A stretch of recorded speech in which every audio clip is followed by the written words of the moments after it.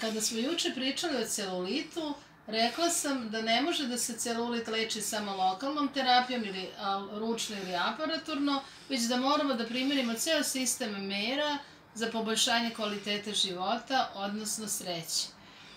Koji su to elementi, odnosno dimenzije kvalitetnog života? Dimenzije kvalitetnog života su prvo zdravo telo. Da bismo bili srećni, telo mora da nam bude zdravo. Da bi nam telo bilo zdravo, moramo da pređemo stepenice do zdravlja. Znači, moramo da se pravilno hranimo, da budemo aktivni, da smanjimo unos toksina i da kontrolišemo stres. Takođe, važno je da idemo na sistematske preglede i na redovne vakcinacije.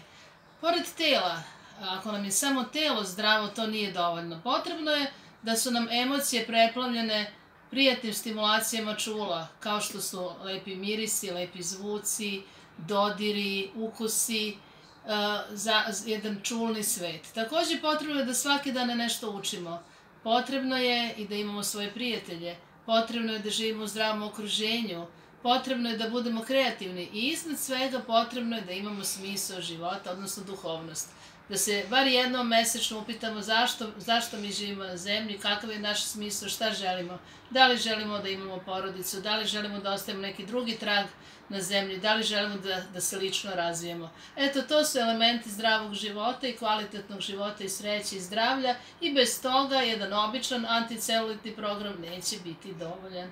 Toliko za danas, vidimo se sutra.